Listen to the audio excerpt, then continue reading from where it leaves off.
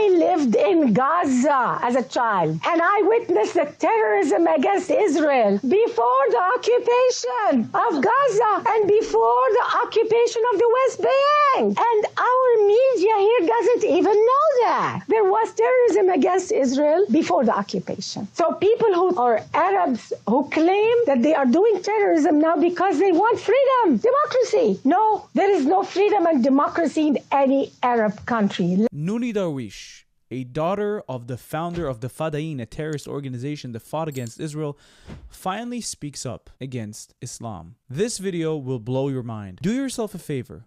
Watch this video all the way until the end to actually understand what's going on with the people that were raised with this hate and their eyes are finally opened. Let's watch.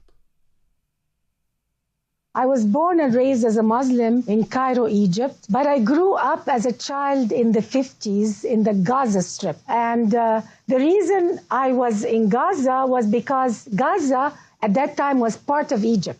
I attended Gaza elementary schools where we learned hatred, vengeance, retaliation.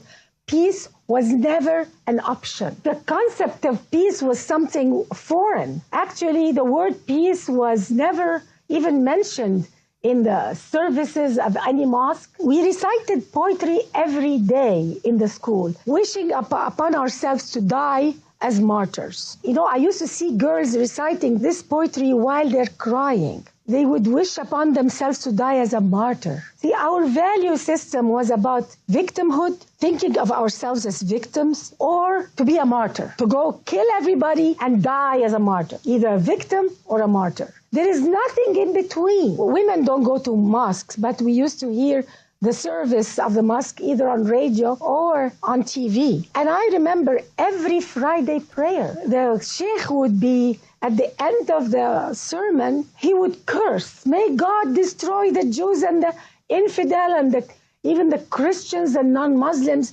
And he would call non-Muslims the enemies of Allah. If you grow up with cursing as a form of prayer, it can feel and sound normal. Hatred can be normal because who am I to judge? I never noticed that this is not holy. So this is how I grew up. 22 Arab countries did everything they could to make life impossible for Israel to exist. The Arab League forbade absorbing the so-called Arab Palestinians, rejected to give them citizenship in any Arab country. Yep. So you could see a Palestinian born in Cairo, for instance, and never get the citizenship and die in Cairo.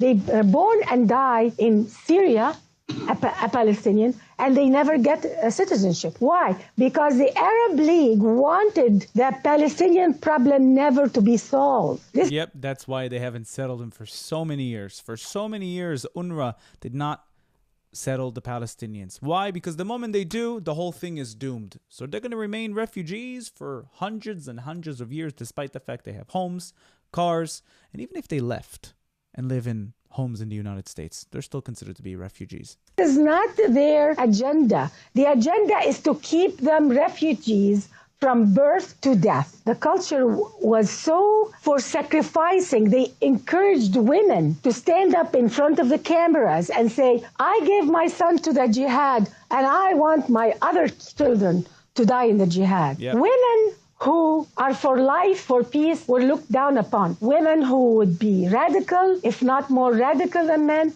who will promote jihad for their children, were lifted up as honorable women to be respected in society. So for a woman to be respected in Islamic society, you have to be as radical, if not more radical, than men. And that is why a lot of women are silent. They are proud to give their children to jihad. It's the only way to go to heaven is to go and kill the infidel and die in the process. The Arabs of Israel were pushed constantly. They are rejected from being absorbed and constantly pushed against the borders with Israel in order to keep the problem alive. The Arab world doesn't have a shortage of land. If you look at the Arab world from the Atlantic Ocean, Morocco, all the way to Persia, from Turkey all the way to Sudan. At that time, when I was a child, the Sinai was practically empty desert. Nobody lived in the Sinai. Like today, there is Sharm el-Sheikh, all the nice beaches. This was a military zone. And there is absolutely no need, no pressing need for Arabs to be so dwelled on wanting to throw the Jews in the sea. You know, this international conflict called the Arab-Israeli conflict really is a fabrication. This is not a conflict over land. And anybody who thinks it's a conflict over land is misguided because we don't see the truth. The truth is Arabs, there is something in Islam, anti-Jewish, anti-Christian. I've been saying that since the beginning. And I don't know, people just don't believe me. They're saying I'm an Islamophobe, but I'm not being an Islamophobe. It's completely rational to fear an ideology that seeks to destroy me, my people, the Christians and their people. So what can you do? Especially anti-Jewish, and I will tell you why. Those people calling themselves Palestinians who live in the Gaza and the West Bank are the pawns of the Arab world. I don't believe that they care about their happiness or welfare. They are set up to live a miserable life on purpose in order to show the world that we're victims. Do you think Saudi Arabia, with all the money they have, the Gulf countries, all these oil money, they can't give them good roads and good homes and good police and turn it into a productive area of the Middle East? They can, but that is not their objective. There is a hidden objective, and I don't understand why Western culture doesn't get it. Why Western media doesn't get it. Why don't they compare the living conditions of Gaza and the West Bank with Egypt, with Syria, with Jordan? And if they do, they will find that the standard of living is even higher than many areas of the Arab world. But Western media are too lazy to compare apples with apples. They want to compare apples and oranges. I don't know, how can I call Western media ignorant? They should not be ignorant. And then they go and ask Israel, why don't you do some concessions for the Palestinians? I never hear them stand up to Arab leaders and ask Western media, why don't they ask Arab leaders, how about some concessions to the Israeli people? We never hear that.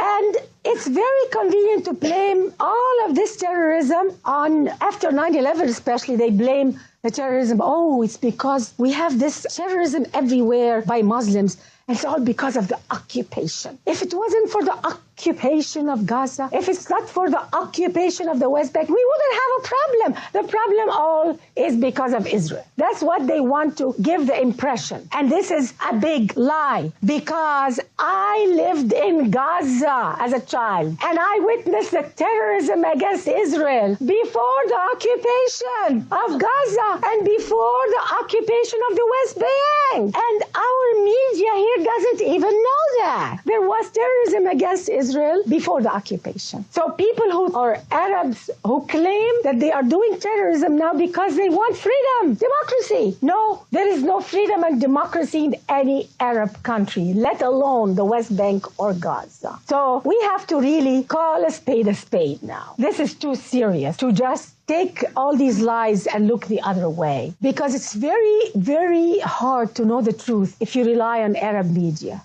if you rely on the culture around you. And because of life in an oppressive society, I moved to America. I moved to America in the end of 78, 79. And my life completely changed. And one time I wanted to attend a synagogue and a church because I was curious. I thought they were going to curse the Arabs the same way we cursed them in our mosque, the holiness of the place. They were praying for everybody. They were praying for peace on earth. How can we leave this earth a better place? It was a totally different way of thinking. You can hear the passion in her voice. She's very passionate about this.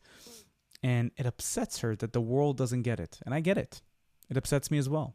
The opposite of what I grew up with. And that's when I went to a mosque here also in Los Angeles. And I thought that because they allowed women, that it was going to be different here within America. I am so glad that Islam in America must be so different. So I went to the mosque and I heard anti-Semitism again in the mosque. And I was told, don't assimilate in America. We're here to Islamize America. They were looking down at American culture. They were looking down at this society. And I felt very uncomfortable. I said, oh my God, there is an agenda here. And I never went back again. It hit me. How could we do this? How could we lie and accuse people of something we Arabs know very well we have done ourselves?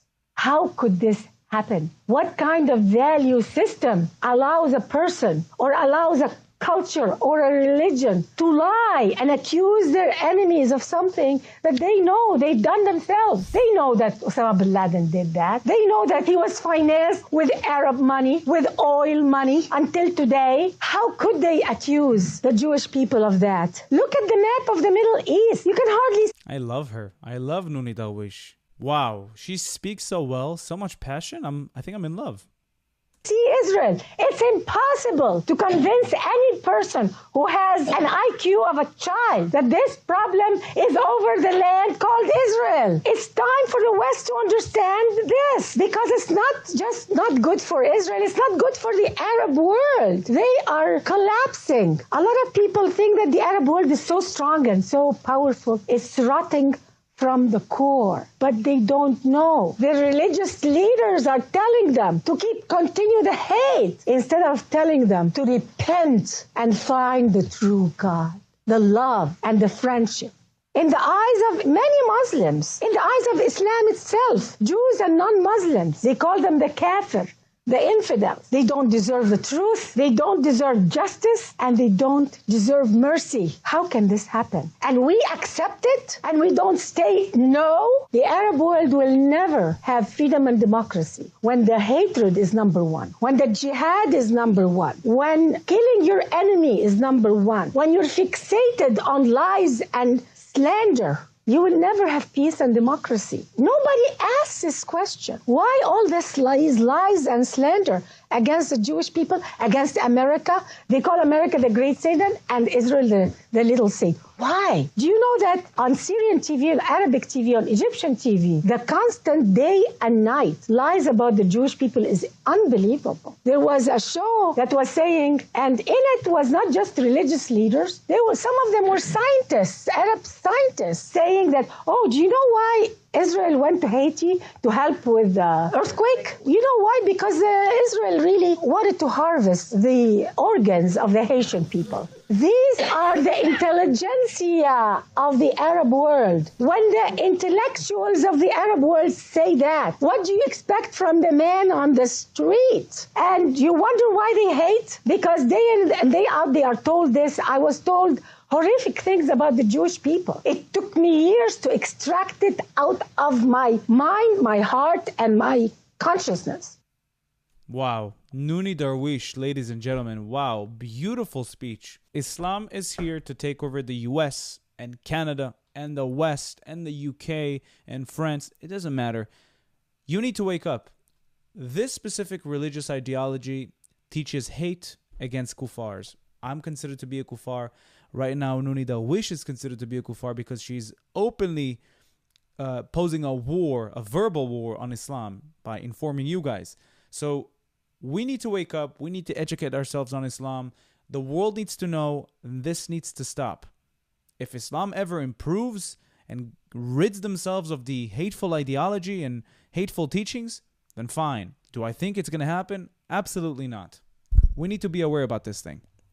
But wow, beautiful speech. Nonie Darwish, ladies and gentlemen. And please, if you can, subscribe to her. I don't know if I'll find her channel. I'll try to find it and attach it in the description below. But thank you so much for watching this video. Don't forget to like, comment, and subscribe to this channel. And if you want to support me financially, you can do so through Buy Me Coffee or Patreon down in the description below. It's been a pleasure. Thank you so much.